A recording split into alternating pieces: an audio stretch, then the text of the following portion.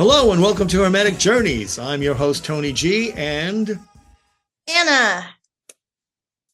How are you doing, Anna? You doing okay?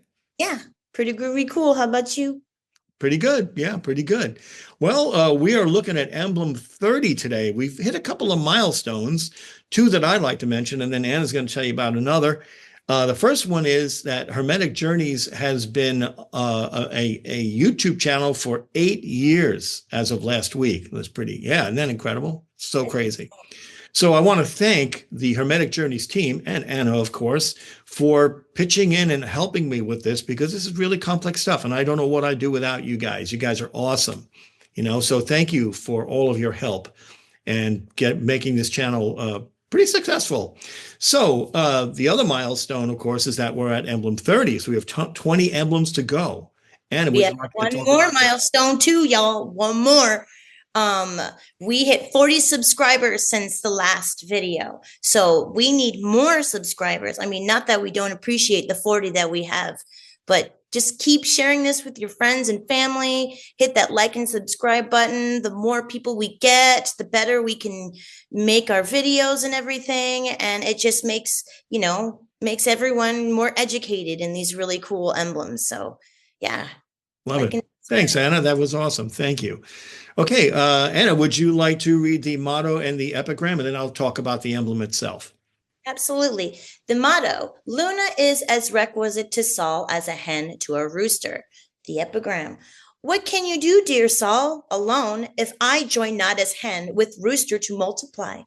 Or can I, Luna, nature's gift express without your aid?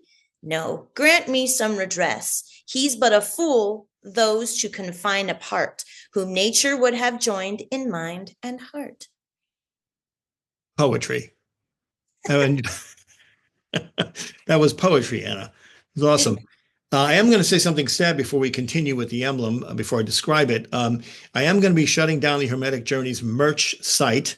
That's hermeticjourneys.com/merch, shop, because people aren't really buying stuff from it and it costs me money to run it. So unfortunately, the reality of things is we don't charge for membership. We don't charge for anything. This is all free. So I am going to be shutting it down in about 2 weeks. So if you are interested in the cool shirts that Anna and I are wearing and all the other Hermetic Journeys members, or, mugs, t-shirts, sweatshirts, all that kind of stuff, take a look at it now before I shut the whole thing down. Okay. All right, so let's continue with Emblem 30. Let me talk about Emblem 30 itself, the emblem itself, rather. And that is the emblem. We see a man and a woman here. I added fig leaves because of the algorithm that YouTube employs. I want to make sure we don't offend anybody. In addition to that, you can see the man has a sun face and the woman has the face of the moon. And then the woman's pointing at a rooster and there's a hen at her feet. So obviously, Count Michael is hinting here at the union of opposites, complementary polarities we've discussed many, many, many times. Okay, Anna, would you like to read what the description of the emblem for me, please? Yes. Many previous videos, we've discussed what you called complementary polarities, and that is opposites that need one another to exist. Think of hot and cold, day and night. You can't have one without the other. They're opposites along the continuum, but they're complementary in that sense.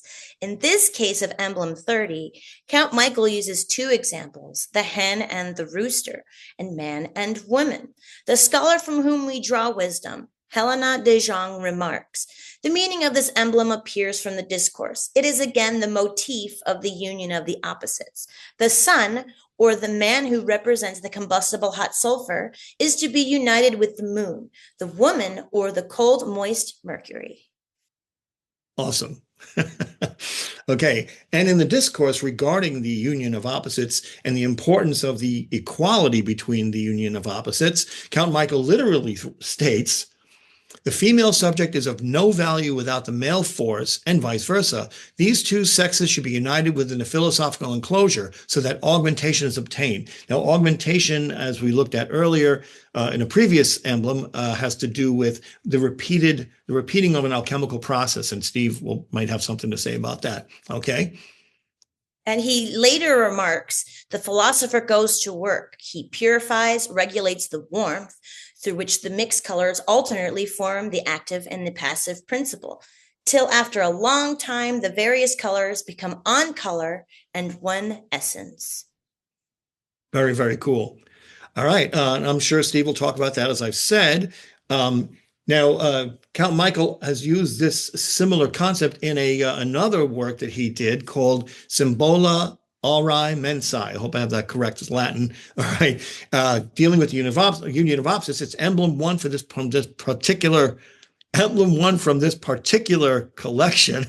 Yes, All we right. see the sun and the moon connected with flames. And I think this might represent the alchemical fires used to create the philosopher's stone. As we know, both sulphur and mercury are primary ingredients, along with gold and antimony. And the figure you see standing there, kind of pointing at this union of opposites, right, is none other than Hermes Trismegistus, the legendary and probably somewhat metaphorical person involved in alchemy and alchemical philosophy and that kind of thing. So, yeah, really something else here. Yeah. Anna? Okay, so let's let the rest of the Hermetic Journey team have a crack at this. Take it away, guys. Can't wait to see what you got to say.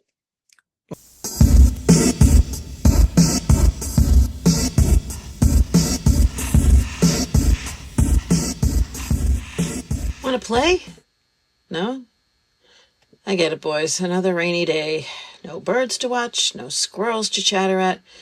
It doesn't feel much like a spring day just before a full moon. Guess I'll check my email. Again. Well. What have we here? Tony sent Emblem 30. Whoa.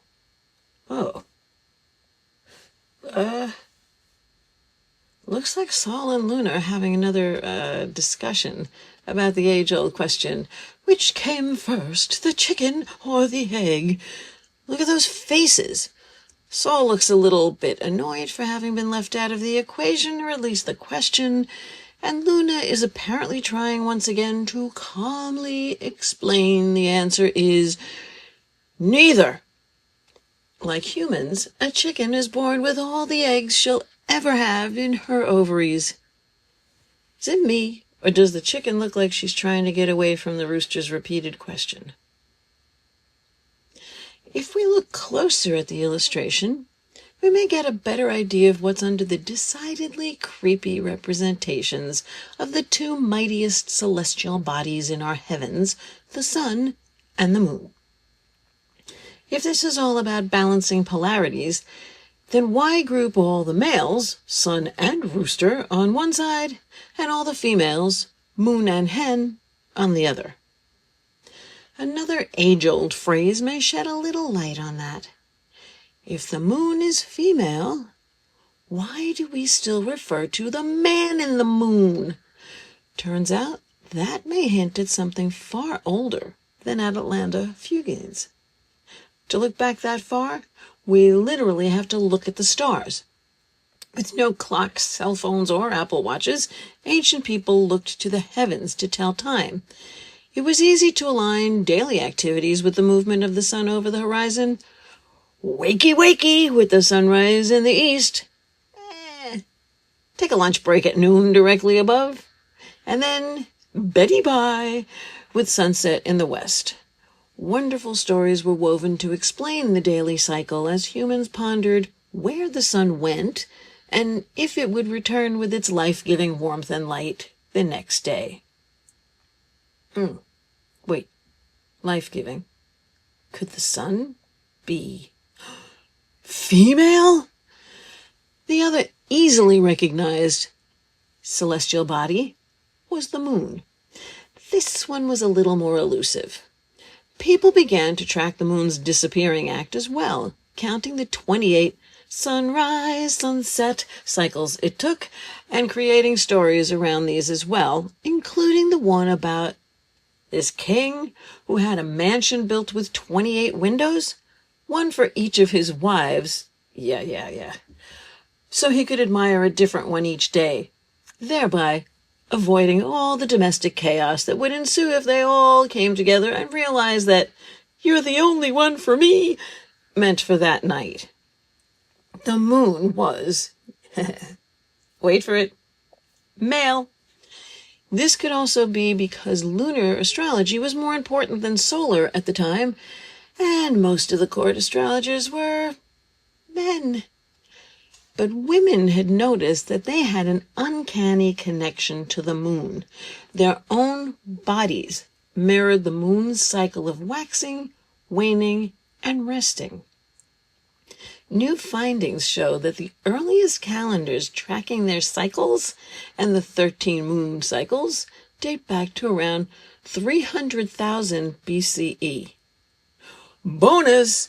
People could now track the week between moon phases and the month between the return of the same moon phase. Seeds were sown for raising crops according to this now lunisolar calendar, and seeds were sown for raising families and livestock. At this point, it became abundantly clear that the sun and moon had been misgendered somewhere along the way, and on what could only be the original Freaky Friday, they simply switched them back. So what's behind the alchemy here? Creation. The creative process, no matter what it is that's being created, begins with the idea. To the Celts, inspiration is a spark of awen, born in the darkness of the maternal waters of the moon's receptive, reflective energy. And unbelievably, awen has been personified as the inspirational muse of creative artists. Oh, no. Not going there. But, like a hen's fairy eggs, no, seriously, Google them, they're a real thing. They will not produce offspring. They need the active energy of the sun in order to manifest into reality. So this isn't about making opposites meet in the middle. Oh, dear God. It's about using the entire spectrum between them with all its infinite variations to create something new. It's something we can all do. It's something we can just as easily take for granted. But it truly is some practical magic. Good talking, boys.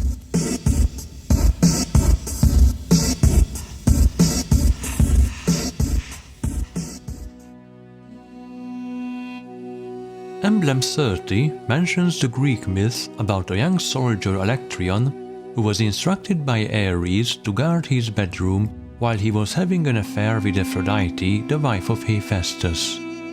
But Electron fell asleep, therefore Helios was able to spot the couple, and he told everything to the husband. Then, as a punishment, Ares turned Electron into a rooster, so he had to be crowing every time the sun arrives.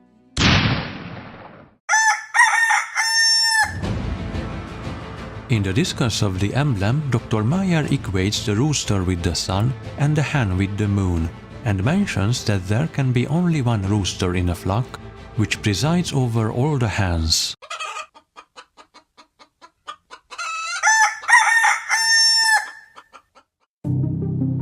Greetings! I discussed this topic already in my contribution to Emblem 26. That emblem was about the possibility that there might be only one consciousness, which presides over all the body-minds of the universe, called universal consciousness. Therefore, I suspect that the meaning of the myth of Electron is the following. Aphrodite stands for the human body or body-mind, and Ares represents the energetic changes in the body after a liberating glimpse. But what are those changes? Well, I displayed them in the previous video. The armor of Achilles. These 4 pieces of armor represent the faculties of the body-mind.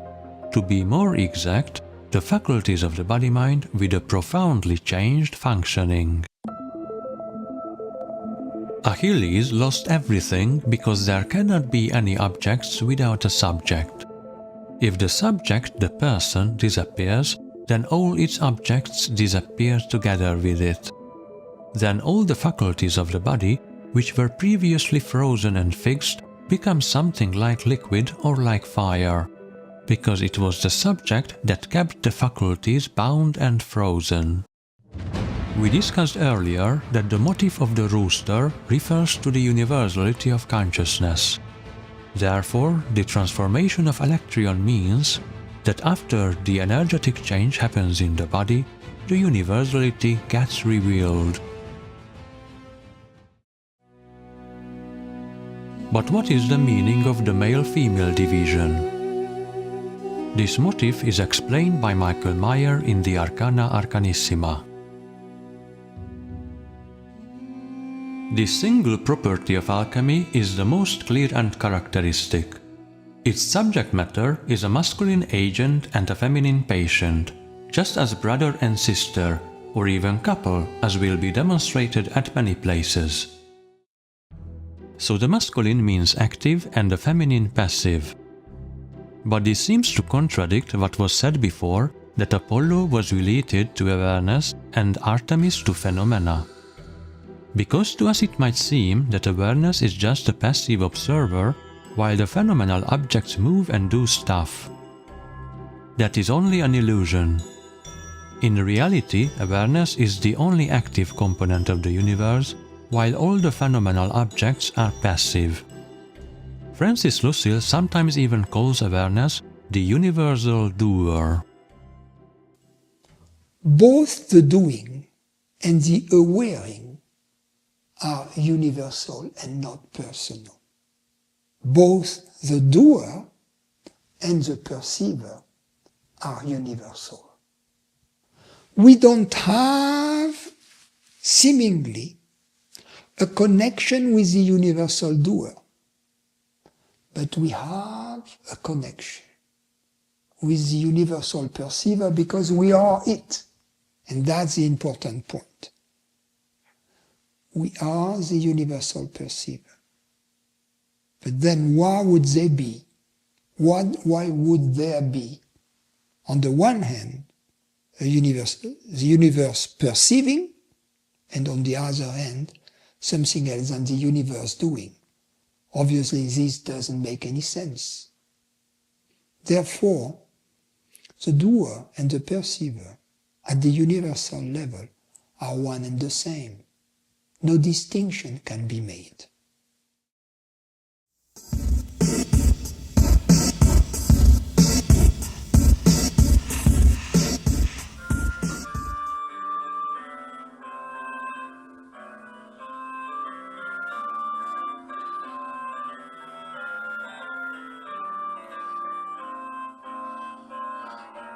Emblem 30 of the Atalanta Fugiens theme states, Luna is as requisite to soul as a hen to a rooster.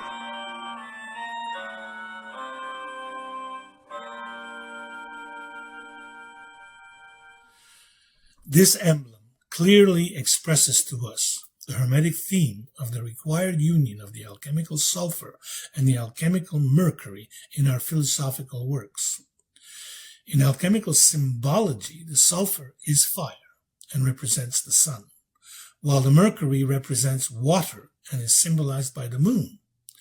These two opposing yet complementary alchemical principles desperately need each other as a true union for their expression to be meaningful and worthy. In alchemical terms, the moon as Luna, or our alchemical mercury, by herself is said to be despised and vile, crude, cold, and dark. The sun exalts her with his warming, fiery rays. And as Fulcanelli has said, the moon absorbs the rays of the sun and secretly nurtures them in her bosom. Thus she becomes pregnant and beautiful as the full moon on a clear night. The sun, as our alchemical sulphur, is useless by itself. But with his union with Luna, the moon, he receives a vessel wherein the tincture of the sun is formed as the son of the sun and of the moon. Our sulphur attracts our mercury, and our mercury dissolves our sulphur through a very loving, symbolic, sexual type of affair of an archetypal opposites as a process in the confection of the philosopher's stone. Thus, in this emblem, we have the reference of the sun and the moon needing each other, as does the rooster and the hen. I have always found the Hermetic literatures to be some of the most beautiful literatures in the world. This allegory and process is easily observed by the laboratory practical alchemist in the forming of a simple tincture made from an herb. Alcohol is the universal alchemical mercury of the vegetable kingdom, as all plants when fermented will produce alcohol when distilled. Thus we pour alcohol over an herb, which will dissolve the herb's sulphur, its oil, its virtue, and medicinal attributes, absorbing this alchemical sulphur into herself and forming a tincture as she nurtures it in her bosom. Through an incubation, an alchemical fixation is had, and both alchemical sulphur and alchemical mercury, as male and female principles, become one thing and are now exalted into an elevated order of being raised in its vibration and a worthy medicinal product as a true alchemical tincture, which, through a further alchemical process, can be rendered into an elixir and even a plant stone. However, the alchemical process is universal to all levels of being, and so this emblem also applies to the spiritual aspect of man himself. In the Hermetic philosophy, the sun has always been a symbol of a certain aspect of consciousness as it radiates outwards of itself. The sun can only shine and give outwards its potent rays of light and warmth. It cannot receive. It is not its nature, for it is only half and a part of the oneness of being. The other aspect of consciousness is symbolized by the moon as the feminine, receptive, reflective nature of the unconscious mind. By herself, she is dark and cold and is a passive polarity compared to the active polarity of the sun. Alchemically, the lunar mercurial nature is one of gathering inwards, nurturing, and life-giving, while the nature of the sun is one of outpouring light and expansiveness.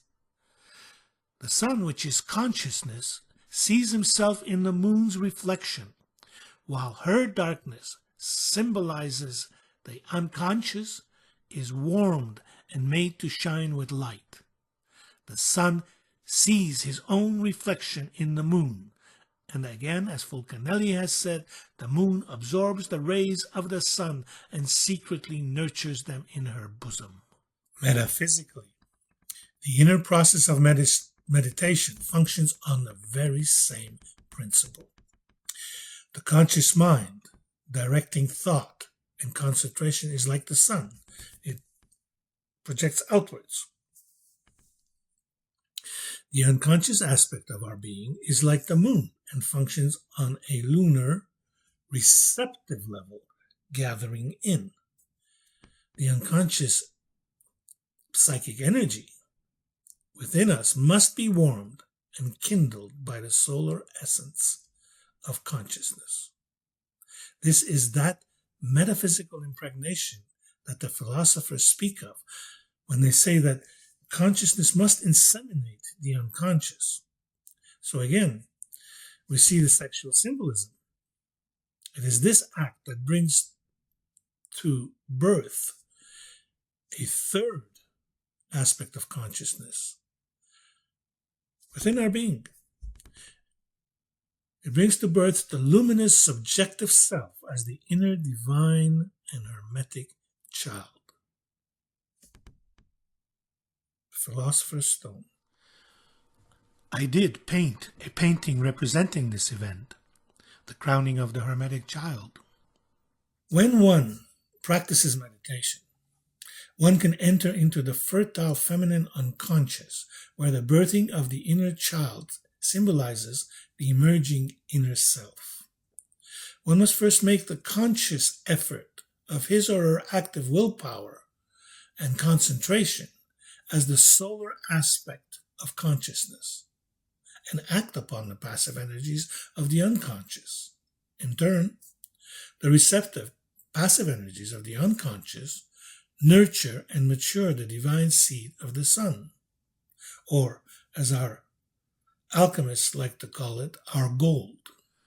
In this way, the feminine aspect becomes the mother of divinity, in that she brings forth the son of the sun. This is that mystical love affair, that passion and divine union of the alchemical male and female seed that the philosophers speak of, which begets the philosopher's stone. The sun and the moon, as the father and the mother, now see themselves in their divine child. This is the true union of the alchemical bride and groom, as the Hieros Gamos, the sacred holy wedding of the alchemists. In a mystical sense, and as an inner metaphysical event, it is a most beautiful event to behold the sun through the feminine reflection of the lunar astral light, especially when she is pregnant and full. She is our most beautiful Diana. The alchemists have always spoken highly of her and expressed her beauty in most beautiful allegorical ways, such as the lily of the valley and the white rose of the whitening stage of the alchemical process. To the alchemists, this is the beholding of the most beautiful body of their Diana, stripped of all her terrestriality, meaning that it is purely a spiritual experience of light as an inner event. Thus, the wife of the sun becomes the very mother of our own rebirth. Consciousness becomes conscious of its consciousness, and we realize the source of a greater light coming from the sun, the Father within us. But we never forget our mother, the moon, and her fertility and gentle nurturing. In this symbolism and allegory, we can also see the Osirian myth and Isis, the Virgin Mother, who gave birth to a man god, Horus. We can also see here the Christian mystery of the Holy Virgin Mother conceived of the Father. She also gave birth to the divine child who becomes our inner master and savior as our regenerated soul and exalted consciousness. This emblem speaks of the two polarities of consciousness, the feminine and the masculine passive and active natures of the process of consciousness within us all. I pray I have been able to shed a little light on the immense meaning of this emblem. All best wishes for peace profound. God bless you all. Bye for now.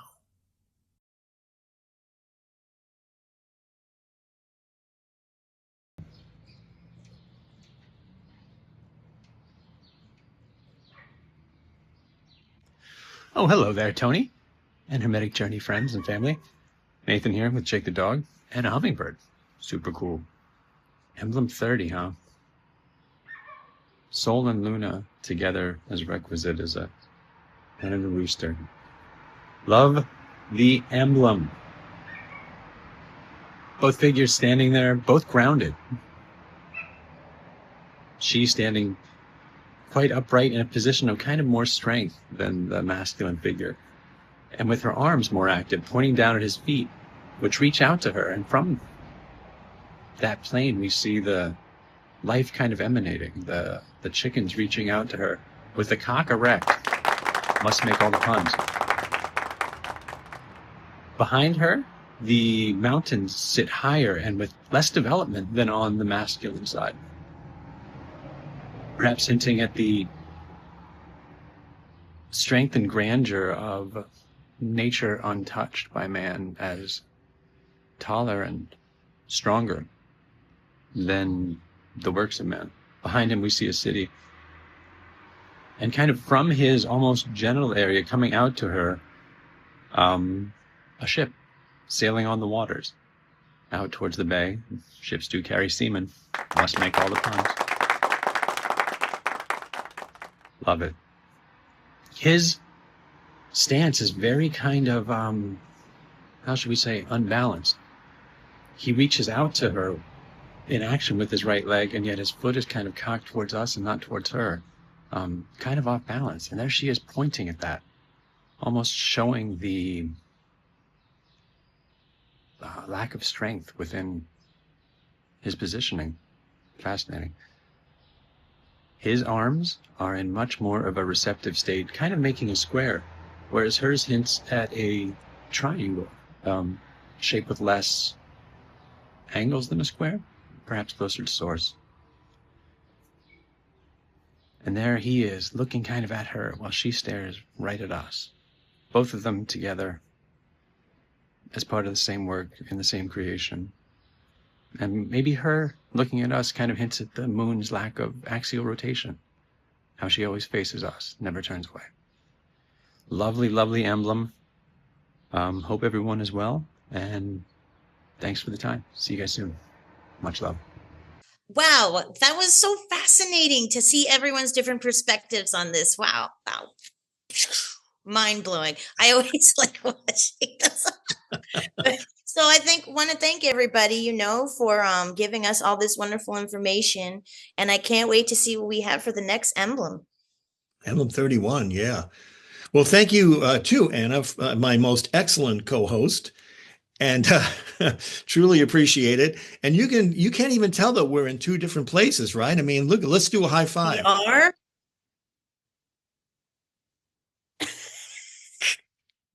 Wow.